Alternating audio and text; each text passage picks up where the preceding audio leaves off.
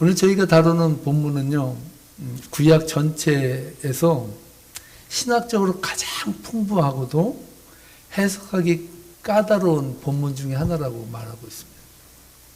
야곱이 자신이 그동안 피땀 흘려 모은 가축들과 처와 자식을 모두 야복나루를 건너게 한 후에 홀로 남았을 때 어떤 사람과 씨름하였다라고 오늘 본문은 말하고 있습니다. 여러분, 이 씨름을 어떤 씨름이라고 여러분 생각하십니까? 창세기 32장 24절인데요. 함께 읽겠습니다.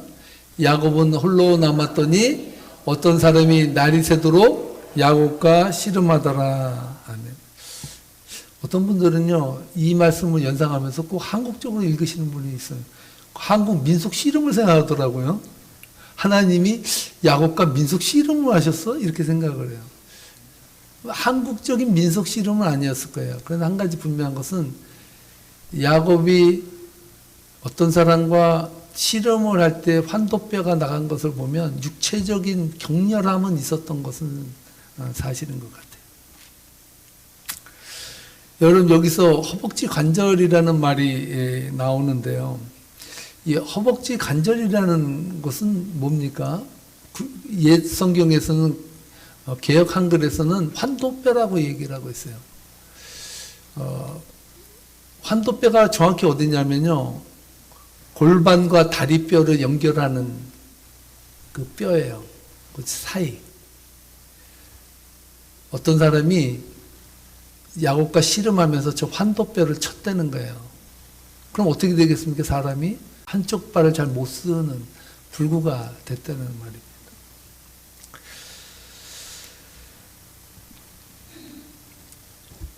어떤 분은 또 오늘 이 본문의 씨름에 대해서 해석할 때 이 씨름은 하나님과의 씨름인가 동시에 야곱 자신과의 씨름이라고 이야기하기도 합니다. 그동안 여러분, 야곱이 살아온 삶을 한번 돌이켜보시기 바랍니다. 야곱은 어떤 삶을 살았습니까? 성서적으로 보면 야곱처럼 열심히 산 인물도 드물 것입니다. 그의 인생은요, 무엇인가 열심히 잡으려고 태어난 인생 같았습니다. 왜냐하면 야곱이라는 이름의 단어는 출산 때 결정된 이름이었거든요. 야곱이 태어날 때 어떤 모습으로 태어났습니까? 에서의 발 뒤꿈치를 잡고 태어났습니다. 창세기 25장 24절 26절인데요. 함께 읽어보겠습니다. 그 기한이 찬즉 태에 쌍둥이가 있었는데 먼저 나온 자는 붉고 전신이 터룩 같아서 이름을 에서라 하였고, 후에 나온 아우는 손으로 에서의 발꿈치를 잡았으므로 그 이름을 야곱이라 하였으며, 리브가가 그 아들을 낳을 때에 이삭이 60세였더라. 아멘. 야곱이라는 이름의 뜻에는요, 잡다, 움켜쥐다라는 뜻이 있고요. 또 하나의 뜻이 있어요. 어떤 뜻이냐면 속이다라는 뜻이 있어요. 야곱의 인생을 한마디로 표현한다면요, 잡아야 편한 인생이에요. 뭔가를 하나 잡아야 내 마음이 편해. 그렇지 않으면 늘 불안한 거예요. 태어날 때는 에서의 발 뒤꿈치를 잡았고요. 그 다음 형 에서의 장자권을 잡았어요. 나중에 아버지의 축복을 잡았고 라반의 딸들과 재산을 잡았어요. 늘 야곱의 인생에는요, 뭔가를 얻고 획득하는 그 수단의 방법들이 늘 따라갔다는 것을 알 수가 있습니다. 바로 잡지 아니하면 불안한 인생이 야곱의 인생이었다는 것이죠. 여러분, 우리의 인생을 보는 것 같지 않습니까? 여러분, 세상을 살면서 평안합니까? 뭔가 불안해요. 늘 우리는 불안과 공포와 그런 두려움 속에서 늘 허덕이며 살아요. 그 이유가 뭔지 아십니까? 잡으려고 하는 게 있기 때문에. 또 잡은 게 놓칠까 봐 불안한 거.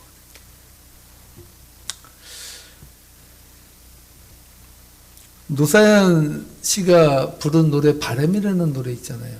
오늘 제가 말씀 묵상하는 가운데 오래전에 저희가 한번 불렀죠. 노사연의 바람이라는 그 노래를 이번엔 불렀으니까 부르지 말고 읽어줘야지 생각을 했는데 그 맛이 안 살아나는 거예요.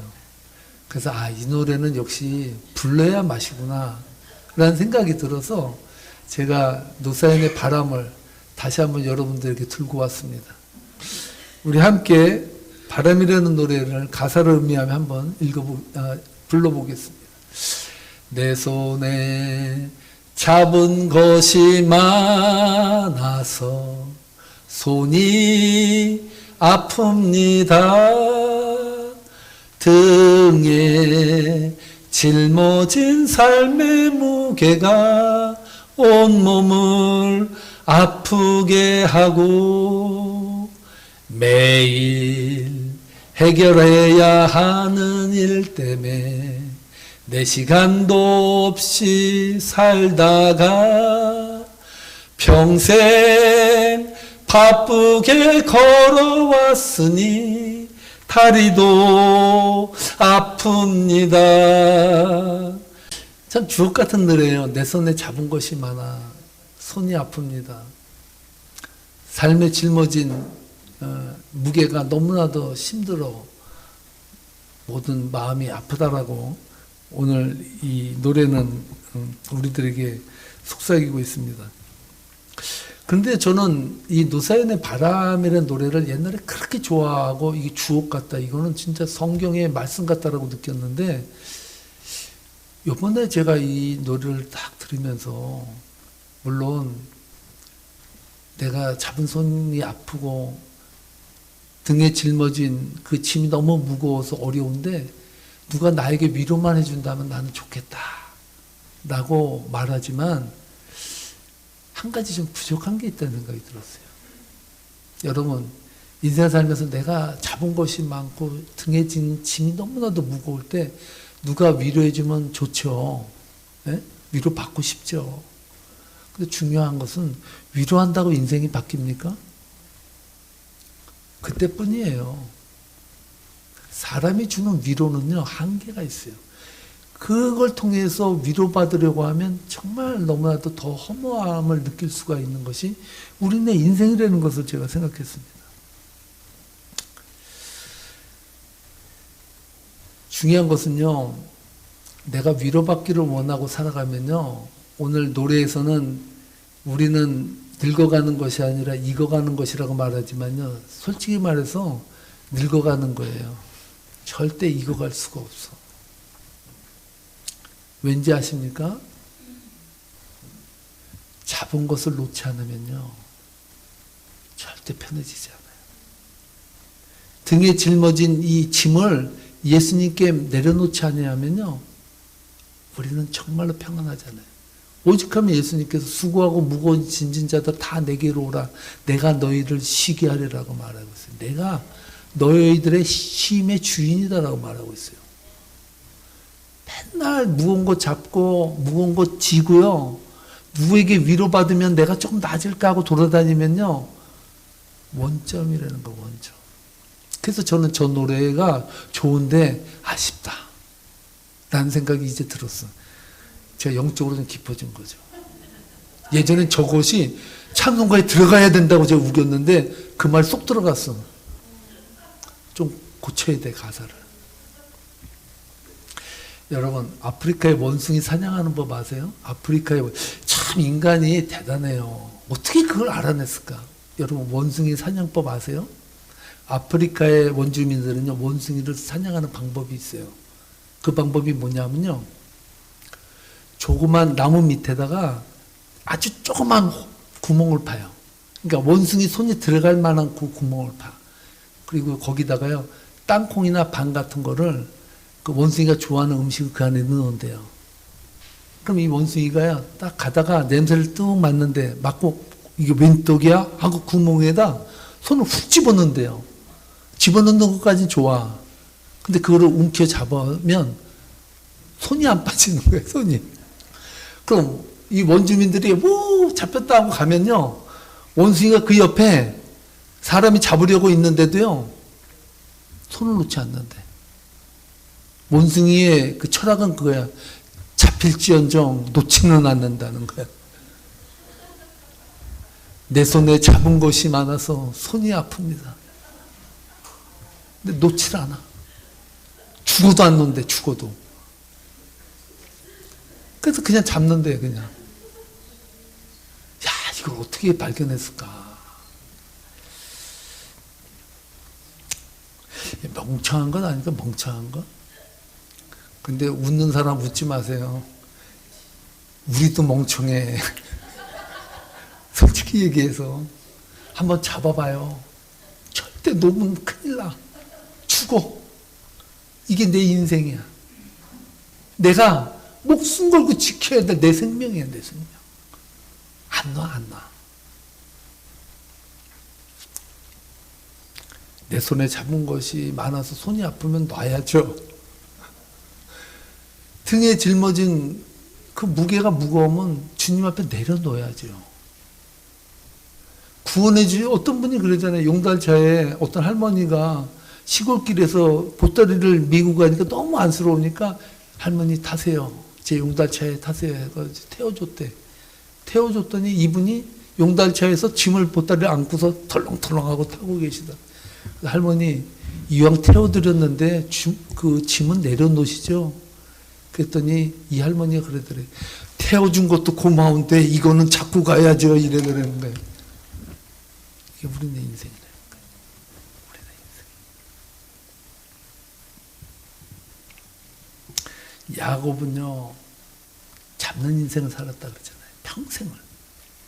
움켜진 것만 내 것이라고 죽을 똥 살 똥 움켜쥐고 그것을 통해서 평안과 안정을 찾으라고 그렇게 몸부림을 쳤어요. 그렇다고 여러분, 야곱에게 불안이 사라졌습니까? 완전히 불안의 막다른 골목까지 온 거예요, 지금. 하나님과 자신이 혼자만 남은 그 상태, 다 보내고 아무것도 없는 그 백지의 상태에서 하나님과 자신이 마주하고 있다는 사실.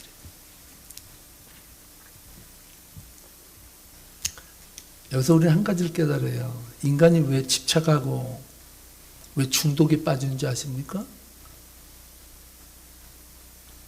그것은요, 실제 나를 마주하기를 두려워하는 게 인간이에요. 여러분이 누구냐라고 말해봐요. 여러분 뭐라고 대답할 거예요? 몰라요. 어떤 사람은 모르는 게 인생이래. 몰라요. 몰라도 사는 거예요.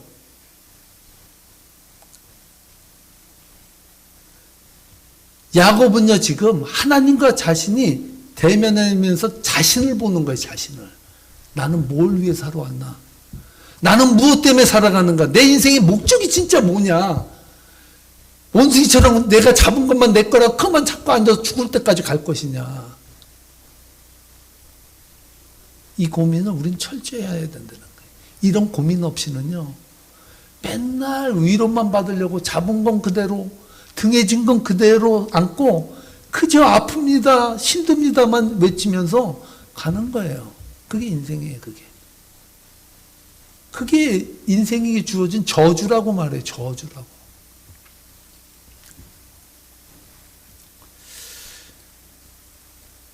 그래서 약복강에서 야곱의 씨름은요, 나와의 씨름이라고 말하고 있습니다. 실제 나와 마주하기를 두려워하는 인간들은 항상 허상을 쫓아 헤맨다고 합니다. 그것을 전문 용어로 중독이라고 해요. 중독은 다른 게 아니에요. 중독은 나와 마주하기를 두려워하는 사람이 나를 피해서, 나의 문제를 피해서 어디든가 무언가를 찾아서 그것을 통해서 내가 나를 표현하기 위해서 힘을 쓰는 그 상태가 중독의 상태인 거예요. 정신의학 교수이자 영성신학자인 제럴드 메이레는 박사가 중독과 은혜라는 책을 썼습니다. 그가 이 책에서 말하는 것이 인간이 중독에 빠지는 진짜 이유를 통제권의 문제로 보고 있습니다. 인간은요, 내 인생의 통제권을 하나님께 온전히 내려놓는 것을 본능적으로 두려워하기 때문에 내가 이거를 놓으면 죽는 것 아닌가 하는 공포가 있다고 말합니다. 하나님 앞에서조차도 내 주도권, 내 통제권은 내 거야라고 하는 것이 있다는 거예요. 내 거야. 이건 하나님도 빼앗을 수 없어. 하나님도 나를 여기서 내려놓을 수 없어. 이것이 중독된 상태라고 말하고 있는 거예요. 그래서 그 두려움을 감추고 마음의 공허를 채우기 위해서 하나님이 아닌 내가 쥐고 흔들 수 있는 가짜 대체물들을 악착같이 쥐어 훔쳐지고 채우려고 발버둥을 친다는 거예요. 그것이 바로 심리학에서 말하는 중독이고 성경이 말하는 우상숭배라고 이 책에서 말하고 있습니다. 우상숭배는 다른 게 아니에요. 하나님 위에 하나님이 앉을 자리에 대체물을 쌓아놓는 거예요. 그게 우상숭배. 그게 뭐 우리가 여기 앉아가지고 미신의 비나이다 이것만 우상이 아니에요. 하나님이 있어야 그 자리에 대체물을 세워놓는 게 우상들이에요.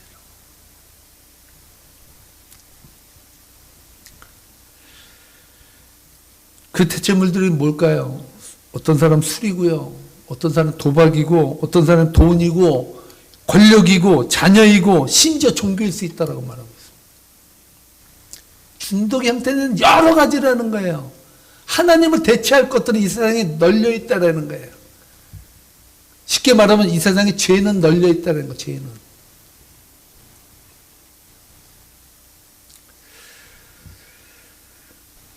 그것을 아름답게 인간은 포장해요. 어떻게 포장하는데? 성취하는 것, 자아실현, 열망. 그것도요, 다 까놓고 보면요, 다 중독이에요. 하나님의 자리에 세워놓는 것들이. 그 내면을 보면요, 자신의 공허와 두려움을 극복하기 위한 대체물에 불과하다는 사실입니다.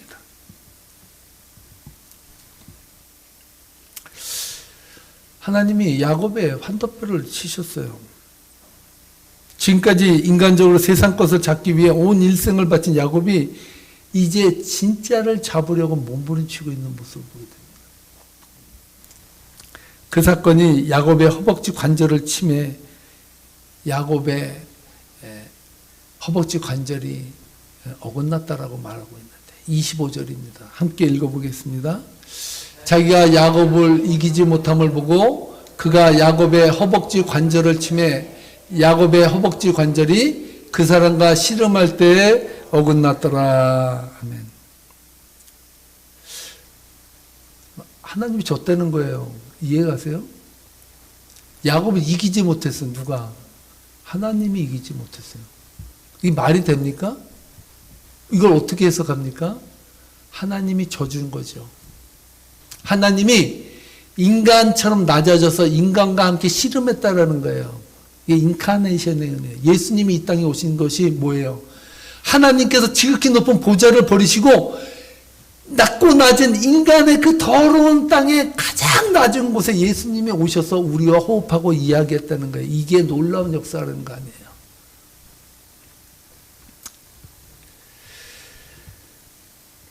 그렇다면 왜 하나님은요, 야곱의 환도뼈를 쳤을까요? 그것은 지금까지 야곱의 환도뼈는 뭐예요? 이 환도뼈의 역할은 뭐예요? 발이 지탱하면서 갈 수 있는 힘 아니에요. 여태까지는 야곱이 자기 힘으로 돌아다녔어요. 그렇다면 하나님께서 야곱의 환도뼈를 쳤다는 것은 무엇을 말합니까? 이제는 네 힘으로 살지 말라는 거예요. 네 힘을 의지하고 살면 늘 불안과 공포와 그러한 어떤 두려움 속에서 헤어날 수가 없다는 거예요. 그 두려움을 해결할 수 있는 것은 오직 하나님밖에 없다는 것을 야곱에게 가르쳐주고 있다는 사실입니다. 인간적으로 야곱은요, 절뚝거리게 되었어요. 세상적으로 말하면 불쌍하죠. 그런데요, 그날 이후 야곱에게서 일어난 큰 변화가 있었습니다. 그것이 무엇인지 아세요? 그것은 야곱의 마음속에요, 두려움이 사라졌어요. 할렐루야. 공포가 사라졌어요. 할렐루야. 하나님의 은혜가 임하고 나니까, 진짜 하나님을 만나니까 육신적으로는 약해졌는데요, 영적으로는 정상이 되었어요. 이 세상 사람들이 그래요. 육신의 약함이나 장애가 장애라고 말해요. 그건 장애도 아니에요. 여러분, 정신적 장애가 얼마나 무서운지 아세요? 온전한 몸을 가지고 정신의 장애를 앓고 살아간 사람은요, 그 자체가 저주고 불행이에요. 그렇게 살아가는 사람들이 얼마나 많습니까? 허벅지 관절이 부러진 것은 바울이 몸에 육체의 가시를 짊어진 것처럼 하나님이 함께 하신 흔적이 되어버렸다는 거예요. 흔적이. 내가 너에게 머물렀던 흔적이 환도뼈가 부러졌다는 역사. 창세기 32장 26절을 보면요, 이렇게 말합니다. 함께 읽겠습니다. 그가 이르되 날이 세려하니 나로 가게 하라. 야곱이 이르되 당신이 내게 축복하지 아니하면 가게 하지 아니하겠나이다. 여러분, 이 상황을 이해하시겠어요? 그동안 두려움과 공포에 떨었던 사람 야곱이 하나님과 씨름하면서 하나님을 붙잡고 하나님을 의지하고 나에게 축복을 하나님이 허락하지 않으면 나는 여기서 떠나지 않겠다라고 그렇게 울부짖고 있어요. 진짜를 만난 거예요. 진짜를. 인생에 여러분, 진짜를 만나야 변해요. 그렇지 않으면 늘 허상을 붙잡고 그것이 나인 양, 나를 보호해주고 나를 안해줄 수 있는 도구라고 생각을 할 수밖에 없어요. 야곱은요, 지금 진짜와 마주치고 씨름을 하고 있던 사실.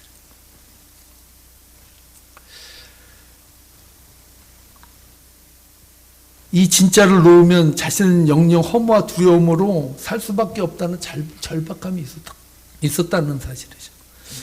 자신이 잡아야 할 대상은 재물도 아니고 자식도 아니고 오직 하나님이라는 사실을 알게 됐다는 사실입니다. 우리는 신약성경에서 야곱과 같은 인생을 살은 사람을 발견합니다. 누군지 아세요? 야곱과 같은 삶을 사는 사람이 누굽니까? 바울이에요. 바울은요, 다메섹으로 예수 믿는 자들을 잡으려고 군대를 동원해서 눈에 혈기가 등등해서 예수 믿는 사람들을 때려잡겠다고 가는 길에 예수님을 만나요. 눈이 멀게 돼요. 앞을 볼 수가 없어요. 그 가운데 부르짖어요. 주여 니시니까 당신이 누구길래 나를 눈을 멀게 하고 나를 왜 여기서 세워놓게 하셨습니까? 라고 말해요. 그때 예수님이 뭐라 그럽니까? 나는 네가 박해하는 예수다라고 말해요. 바울은요, 그 다메섹으로 가는 중에 예수를 만나고 고꾸라져요. 인생이 바뀌어버려요. 그래서 빌립보서 3장 7절로 9절 말씀에 보면요, 바울이 이렇게 고백하는 인생이 됐어요. 함께 읽겠습니다. 그러나 무엇이든지 내게 유익하던 것을 내가 그리스도를 위하여 다 해로 여길 뿐더러 또한 모든 것을 해로 여김은 내 주 예수 그리스도를 아는 지식이 가장 고상하기 때문이라. 내가 그를 위하여 모든 것을 잃어버리고 배설물로 여김은 그리스도를 얻고 그 안에서 발견되려 함이니 내가 가진 의는 율법에서 난 것이 아니요 오직 그리스도를 믿음으로 말미암은 것이니 곧 믿음으로 하나님께로부터 난 의라. 아멘. 바울의 인생이요, 이 세상에서 지위, 명예, 돈, 다 권력을 잡고 살았던 사람이에요. 그런데요, 다메섹에서 예수님을 만나고 나서 그가 뭐라고 말합니까? 이 모든 것을 다 배설물로 여긴다. 한국 사람들은요, 가지고 있는 것 중에 문제가 흑백 논리가 강해요. 뭐 아니면 도야. 그래서 재물은 더러운 거니까 앞으로 재물이라는 말 내 입에서는 말도 꺼내지 마. 이렇게 말하는 사람이 있어요. 그 사람도 무식한 사람이에요. 여기서 말하는 것은 재물이 중요하지 않다는 말이 아니에요. 그리스도인으로서 재물과는요, 청부사상이에요. 그리스도인들은 하나님의 은혜 안에서 많은 것을 받아서 많은 것을 나눌 수 있어야 되는 거예요. 받는 것이 문제가 아니에요. 문제는 뭔지 아세요? 거기에 중심에 예수가 빠졌다는 거예요. 본질이 빠지면 거기에 물질이, 권력이, 명예가 그 자리를 차지해서 나를 불안하게 한다는 말이에요. 거기서 꺼내주기 위해서는 우선순위에 예수 그리스도를 그 안에 넣고 나머지를 예수 그리스도를 위해서 얻어야 될, 그리고 그것을 통해서 하나님의 일을 해야 될 그런 수단으로 여겨라는 말이죠. 사도 바울이 그걸 깨달았다는 거예요. 예수 그리스도를 아는 것이 어느 것보다도 하나를 딱 말하면 나는 예수 그리스도 아는 지식만 갖겠다라고 말한 거예요.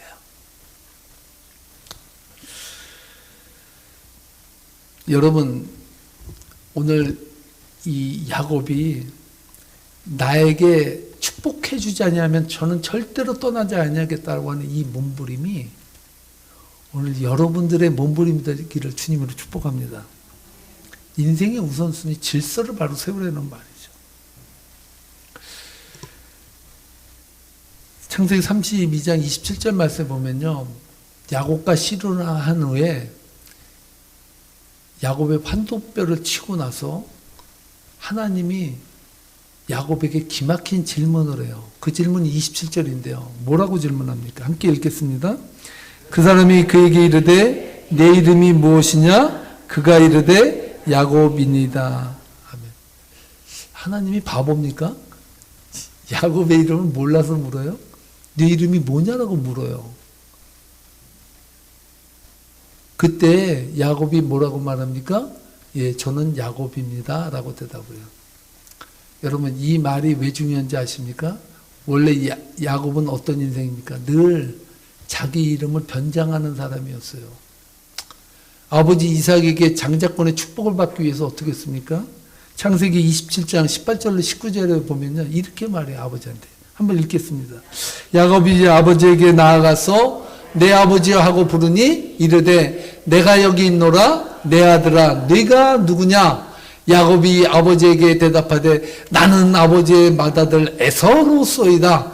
아버지께서 내게 명하신 대로 내가 하였사오니 원하건대 일어나 앉아서 내가 사냥한 고기를 잡수시고 아버지 마음껏 내게 축복하소서. 아버지 맞습니다. 내가 당신이 찾는 장자 에서입니다. 그러므로 마음껏 드시고 이제 나에게 축복을 주십시오. 입에 침도 안 발로 거짓말을 합니다. 속이는 자 잡는 자. 근데 하나님은요, 다시 한번 물어요. 네 이름이 뭐냐고. 왜 묻는지 아세요? 자신을 똑바로 말할 수 있을 때 하나님 축복이 임해요. 회개가 뭔지 아세요? 나 회개합니다. 회개합니다가 뭐예요? 회개합니다라는 것은 남에게 나를 꾸미지 않고, 예? 남에게 난 이런 사람이었어라고 변장하지 않고 있는 그대로 하나님 나 이런 여자였습니다. 나 이런 인간이었습니다. 나 이런 사람이야라고 하나님 앞에 솔직히 얘기하는 게 회개예요. 야곱은 정확하게 하나님 앞에 하나님 저는 야곱입니다. 하나님 저는 속이는 자입니다. 저는 잡으려고 했었던 사람입니다.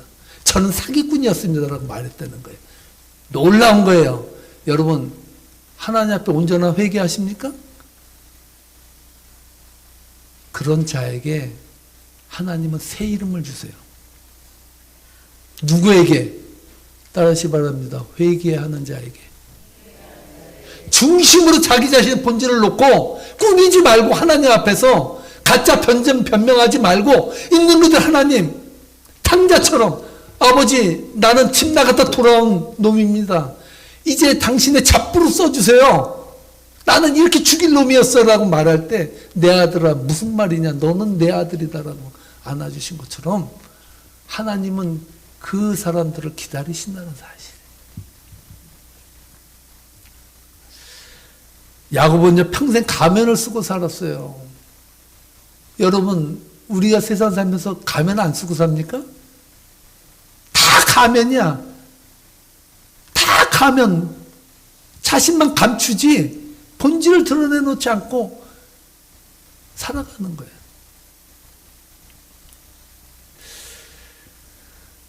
아버지 앞에서는 에서였고요. 사람들 앞에서는 성공한 자가 야곱이었습니다. 그러나 하나님 앞에서는 더 이상 감출 수 없는 저는 속이는 자 야곱입니다. 하나님도 아시잖아요 라고 말했다는 거예요.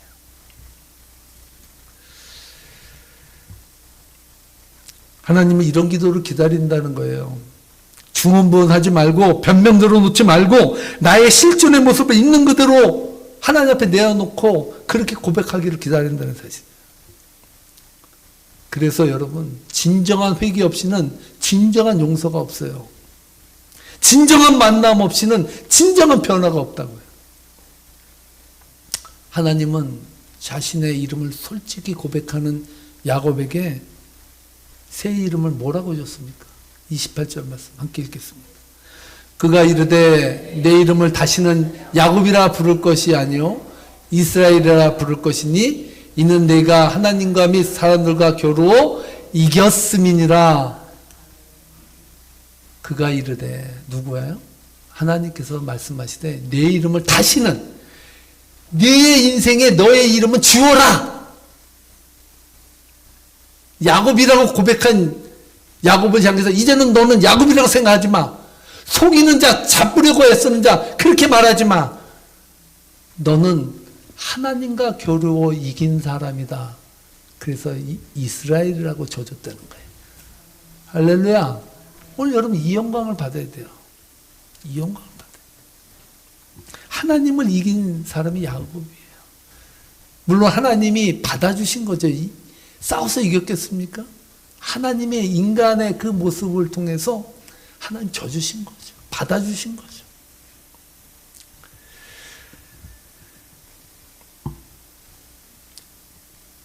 여기서 저는 한 가지를 말씀드리고 말씀 마치겠습니다.